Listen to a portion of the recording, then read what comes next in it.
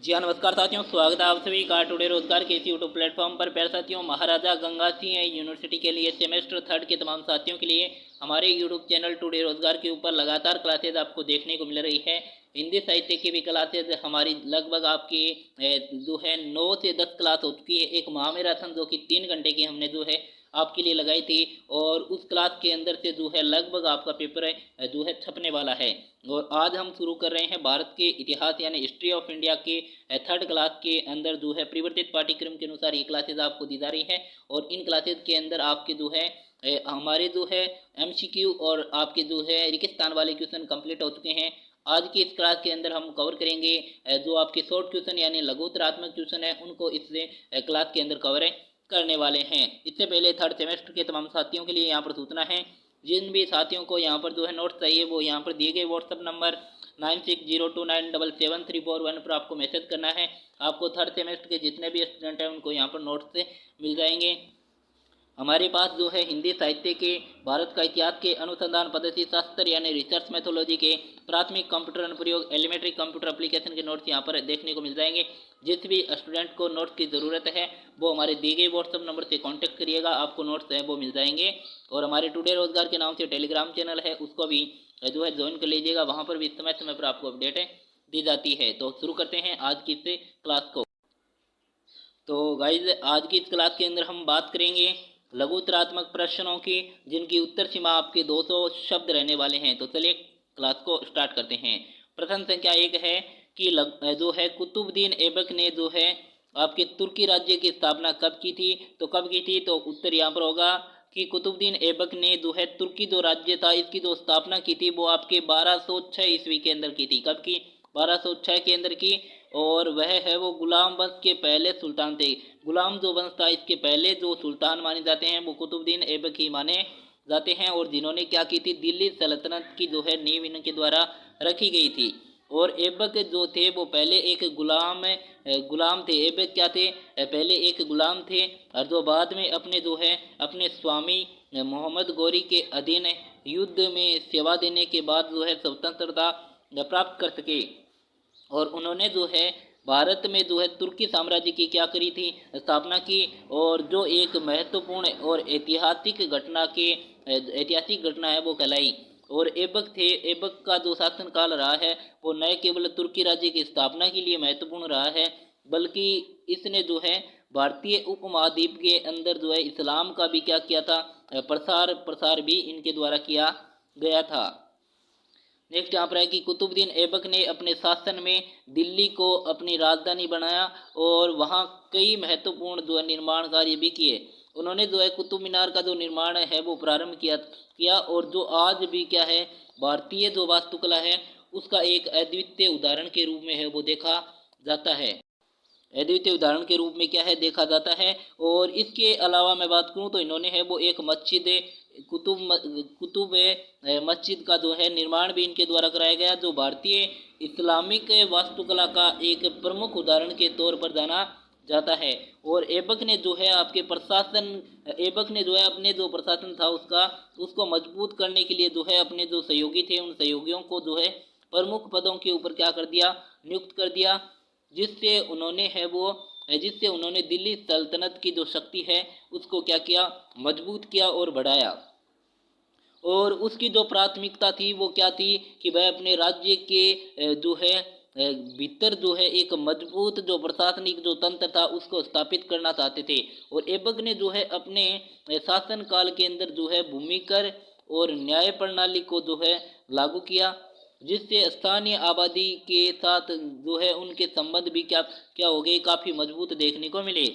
उनके शासनकाल के अंदर जो है तुर्कों और जो भारतीयों के बीच सांस्कृतिक आदान प्रदान भी हुआ, और जिसने जो है भारतीय संस्कृति को क्या किया, काफ़ी मजबूती प्रदान की। और यहाँ पर जो कुतुबुद्दीन ऐबक थे उन्होंने जो है उनकी जो शासन शैली ने आगे चलकर अन्य तुर्की जो सुल्तानों को भी क्या किया था, प्रेरित किया। और उनके जो द्वारा जो स्थापित सल्तनत ने भी भारत में एक नए राजनीतिक और सांस्कृतिक युग की क्या की थी, शुरुआत की। और ऐबक का जो शासन काल था वो न केवल तुर्की साम्राज्य की नींव रखने में महत्वपूर्ण था, बल्कि ये एक भारतीय इतिहास में भी एक महत्वपूर्ण मोड़ था, जिसने बाद में जो है मुगलों की ऐतिहासिक यात्रा की जो है दिशा भी तय की थी। आगे बढ़ते हैं प्रश्न संख्या 2 की तरफ कि इल्तुतमिश का योगदान दिल्ली सल्तनत में क्या था। तो इल्तुतमिश था इसका इल्तुतमिश से कुतुबुद्दीन ऐबक के बाद दिल्ली सल्तनत का तीसरा सुल्तान था और उसने जो है 1211 से लेकर के 1236 तक शासन भी किया। वह तुर्की वंश का एक महत्वपूर्ण शासक था जिसने अपने पूर्वजों के काम को आगे बढ़ाया था और उसका जो शासन काल था वो दिल्ली सल्तनत के लिए एक महत्वपूर्ण मोड़ था, जिसमें उसने जो है कई नीतियों और जो है आपके सुधारों के माध्यम से साम्राज्य को क्या किया था, स्थिर और मजबूत बनाने का क्या किया था, इनके द्वारा प्रयास किया गया।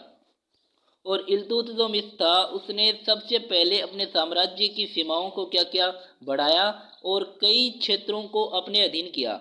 उसने बंगाल और बिहार के जो क्षेत्र थे उसको अपने साम्राज्य के अंदर शामिल किया और इसके अलावा उसने जो है अपने शासन के जो दौरान है वो उसने अपने शासन के दौरान जो है राजस्व प्रणाली को व्यवस्थित किया, जिससे राज्य की जो आय थी उसमें वृद्धि हुई और उसने जो भूमि जो कर था भूमि कर को नियमित किया और स्थानीय प्रशासन को भी सशक्त बनाया, जिससे स्थानीय जनसंख्या की जो समस्याएं थी उन समस्याओं का भी समाधान किया जा सके।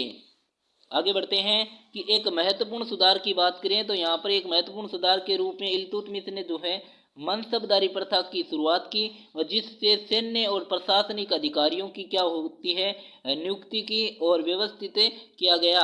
यह प्रणाली जो है बाद में मुगलों के शासन में भी अपनाई गई और उसने जो है अपने साम्राज्य के भीतर न्याय प्रणाली को मजबूत बनाया, जिससे स्थानीय जनसंख्या के बीच विश्वास बढ़ा और एक सुरक्षित शासन भी स्थापित हुआ। और इल्तुतमिश ने अपने दरबार में उलेमा और विद्वानों को भी स्थान दिया, जिससे सांस्कृतिक और धार्मिक गतिविधियों को बढ़ावा मिला और उसने जो है भारतीय उपमहाद्वीप में इस्लाम को फैलाने का कार्य किया और सिखों और जैनों के साथ जो है संवाद भी स्थापित किया और इसके परिणाम स्वरूप भारतीय समाज में विभिन्न सांस्कृतिक तत्वों का समावेश भी हुआ। इस प्रकार इल्तुतमिश ने दिल्ली सल्तनत को एक मजबूत और व्यवस्थित राज्य में परिवर्तित किया, जिसने भारतीय इतिहास में एक महत्वपूर्ण भूमिका निभाई। उसके द्वारा स्थापित नीतियों सुधारों ने सल्तनत को आगे बढ़ने की दिशा में मजबूती भी प्रदान की। आगे बढ़ते हैं कि प्रश्न संख्या 3 है कि रजिया सुल्तान की सबसे बड़ी चुनौती क्या थी। तो रजिया सुल्तान जो 1236 से 1240 तक दिल्ली सल्तनत की पहली महिला सुल्तान थी, जिसने अपने शासनकाल के दौरान है वो कई चुनौतियों का सामना किया और उसकी सबसे बड़ी जो चुनौती थी वो थी उसके पुरुष दरबारियों और सामंतों का प्रतिरोध था। रजिया के पिता इल्तुतमिश ने उसे अपने उत्तराधिकारी के रूप में चुना, लेकिन उसके चुनाव को पुरुषों ने क्या कर दिया, स्वीकार नहीं किया।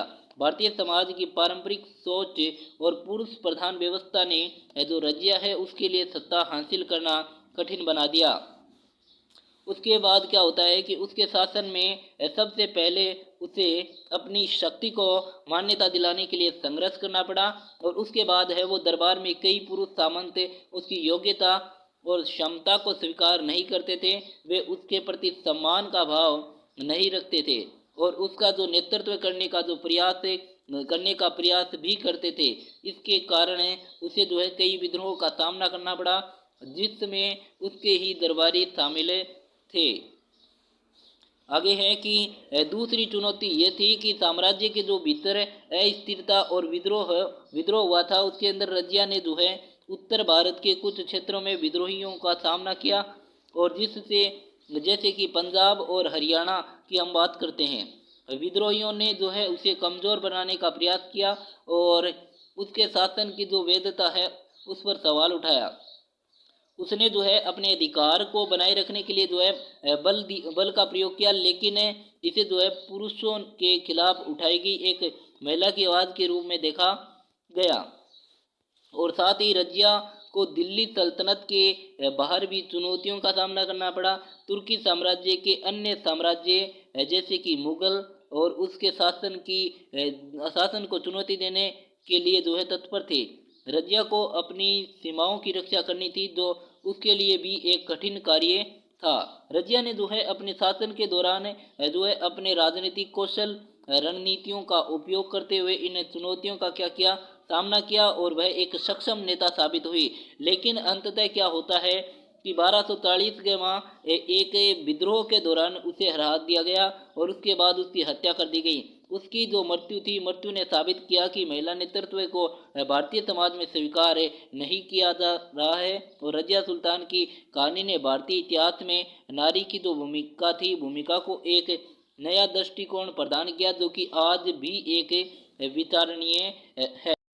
प्रश्न संख्या 4 है कि बलबन ने अपने शासन में कौन सी प्रमुख नीतियां अपनाई थी। तो बलबन जो कि 1266 से 1286 तक दिल्ली सल्तनत का सुल्तान था, ने अपने शासनकाल में जो है कई प्रमुख नीतियां अपनाई, जो कि उसके साम्राज्य की स्थिरता सुरक्षा के लिए महत्वपूर्ण थी। और उसका शासन एक मजबूत और केंद्रीकृत शासन स्थापित करने के लिए जाना जाता है। पहली नीति थी कि अपने साम्राज्य को मजबूत करने के लिए कठोर प्रशासनिक उपाय लागू करना। और बलबन ने दरबार में एक सशक्त और अनुशासित जो है प्रशासन भी निर्माण किया। उसने अपने दरबारियों के बीच एक जो है उच्च स्तर का अनुशासन बनाए रखा और उन्हें जो है आदेशों का पालन करने के लिए मजबूर भी किया। इसके साथ ही उसने जो है अपने अधीनस्थ अधिकारियों को स्थानीय प्रशासन में नियुक्त किया, जिससे शासन की गुणवत्ता बढ़ी और जो है आपके भ्रष्टाचार को नियंत्रित किया जा सका।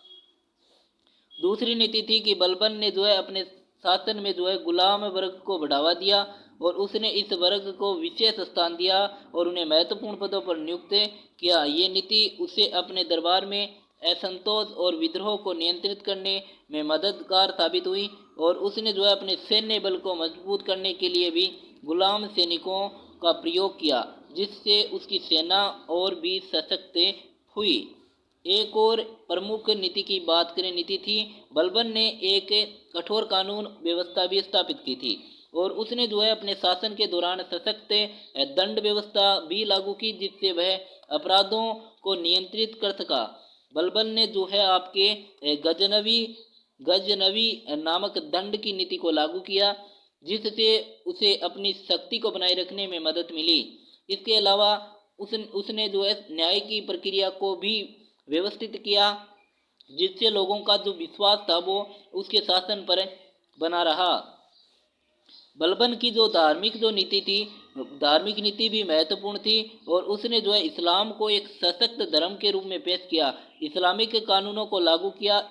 ये नीति उसके शासन को स्थिर बनाने में मददगार साबित हुई। उसने अपने शासन के दौरान एक सुरक्षित और शांतिपूर्ण वातावरण का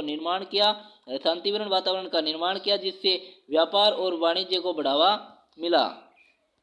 इस प्रकार बलबन ने अपने शासन में कई महत्वपूर्ण नीतियां अपनाई, जिन्होंने दिल्ली सल्तनत की स्थिरता सुरक्षा को सुनिश्चित किया। उसकी नीतियों के बाद में अन्य सुल्तानों को भी प्रेरित किया। भारतीय इतिहास में एक महत्वपूर्ण मोड़ ये साबित हुई। नेक्स्ट यहाँ पर है कि खिलजी साम्राज्य का संस्थापक कौन था। तो खिलजी साम्राज्य का जो संस्थापक था वो जलालुद्दीन खिलजी था, जिसने 1290 में दिल्ली में सत्ता ग्रहण की थी। और जलालुद्दीन ने दिल्ली सल्तनत के भीतर एक जो है नए वंश की भी स्थापना की और अपने शासन में कई महत्वपूर्ण परिवर्तन भी किए। उसके शासनकाल के अंदर जो है खिलजी वंश ने एक नई दिशा पकड़ी और आपके जिसमें उसके उत्तराधिकारियों ने साम्राज्य को और बढ़ाने का कार्य भी किया था। और जलालुद्दीन का जो जन्म हुआ था वो तुर्की के एक जातीय समूह के अंदर हुआ और उसने जो है अपने चाचा गियासुद्दीन बलबन के अधीन कार्य भी किया। बाद में अपने प्रभाव का विस्तार किया। उसने न केवल अपने साम्राज्य की सीमाओं को बढ़ाया, बल्कि एक मजबूत प्रशासनिक तंत्र भी स्थापित किया। जलालुद्दीन ने अपनी सेना को संगठित किया और राज्य की सुरक्षा के लिए है वो कई सुधार किए। जलालुद्दीन ने अपनी धार्मिक नीतियों में सहिष्णुता को बढ़ावा दिया, इस्लाम को फैलाने के लिए कई प्रयास किए। उसने जो है अपने दरबार के अंदर जो है विभिन्न जो धर्म थे उन धर्मों के जो विद्वान थे विद्वानों को क्या क्या आमंत्रित किया, जिससे सांस्कृतिक और धार्मिक जो समाज थे उसको बढ़ावा मिला।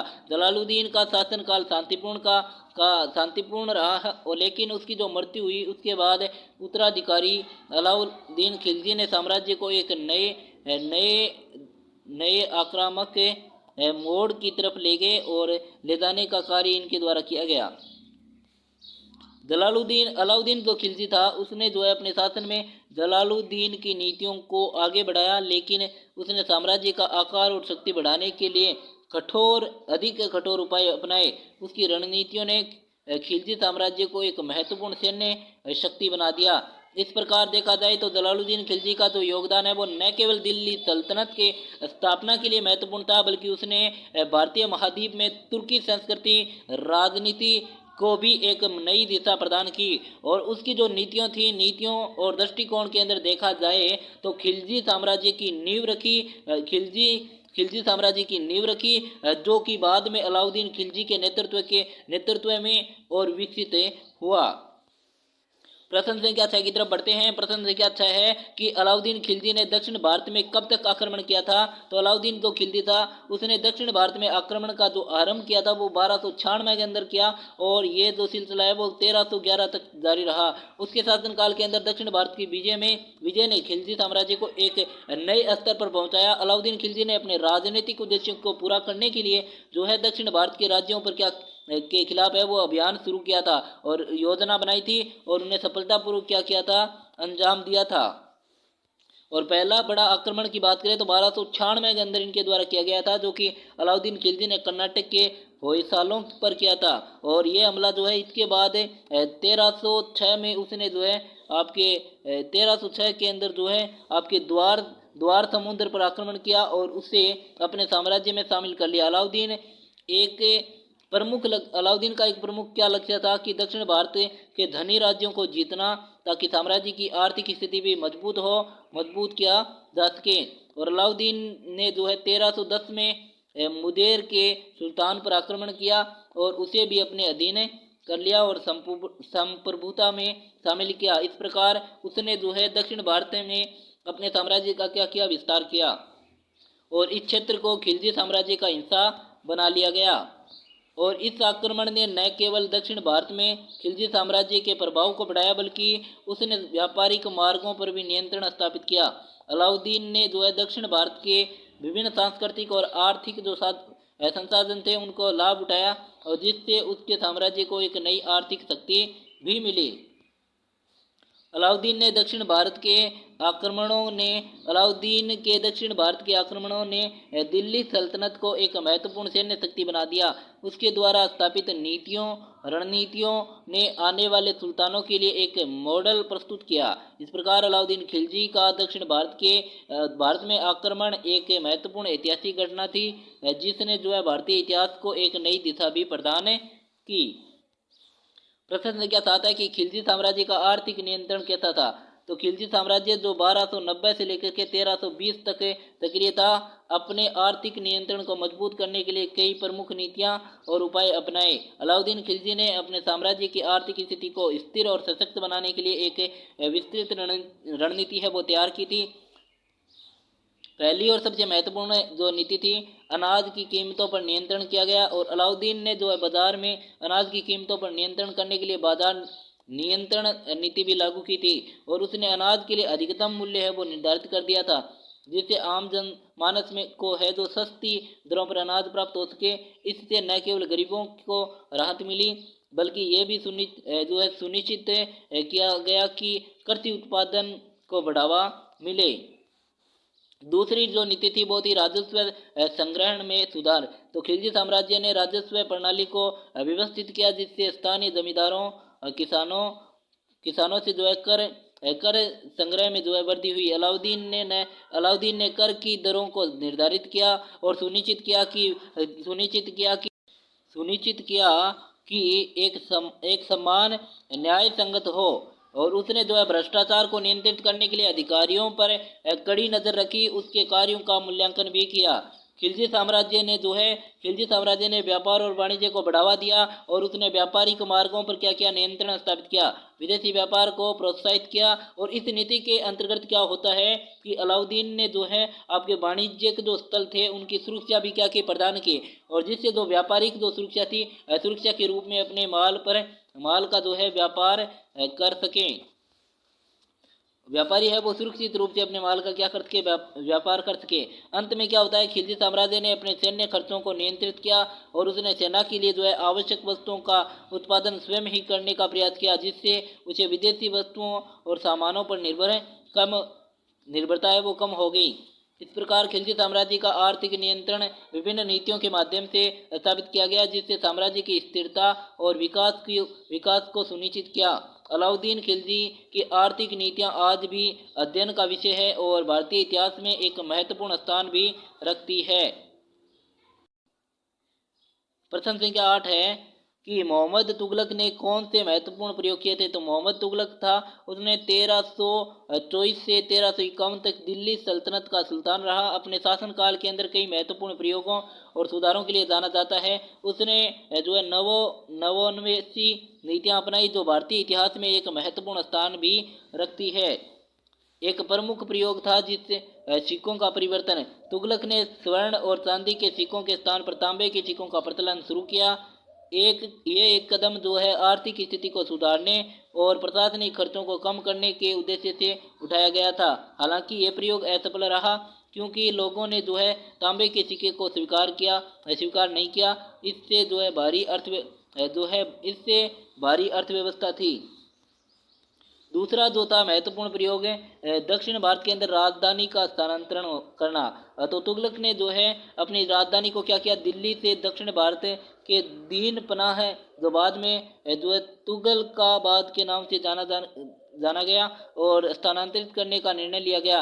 यह निर्णय राजनीतिक और रणनीतिक दृष्टिकोण से महत्वपूर्ण था, लेकिन इससे क्या होता है कि कई समस्याएं उत्पन्न हुई। इसके परिणाम स्वरूप कई अधिकारियों ने राजधानी छोड़ दी और प्रशासन में अव्यवस्था उत्पन्न हुई। मोहम्मद तुगलक ने कृषि सुधारों पर भी ध्यान है वो केंद्रित किया। उसने कृषि उत्पादन को बढ़ावा देने के लिए भूमि कर की दरों में संशोधन किया और इसके अलावा उसने किसानों के लिए कई योजनाएं भी लागू की और वे अपने फैसले को बेहतर खेती कर सके। वे अपनी फसलों की बेहतर खेती कर सके। साथ ही क्या होता है कि तुगलक ने प्रशासन में सुधार करने के लिए सुपर विजन प्रणाली की स्थापना की और उसने प्रांतीय अधिकारियों की नियुक्ति की और उनके कार्यों का निरंतर मूल्यांकन भी किया। और इन प्रयोगों के बावजूद तुगलक का शासनकाल है वो अस्थिरता और विद्रोह से भरा रहा और उसके प्रयोगों ने न केवल उसकी लोकप्रियता को प्रभावित किया बल्कि उन्होंने उसके साम्राज्य की आर्थिक स्थिति को भी मजबूत किया। इस प्रकार मोहम्मद तुगलक के प्रयोगों ने भारतीय इतिहास में महत्वपूर्ण सबक दिए जो आज भी अध्ययन का विषय है। तो गाइस आज की क्लास के अंदर इतना ही करेंगे, मिलते हैं अगली क्लास के अंदर, तब तक के लिए जय हिंद जय भारत।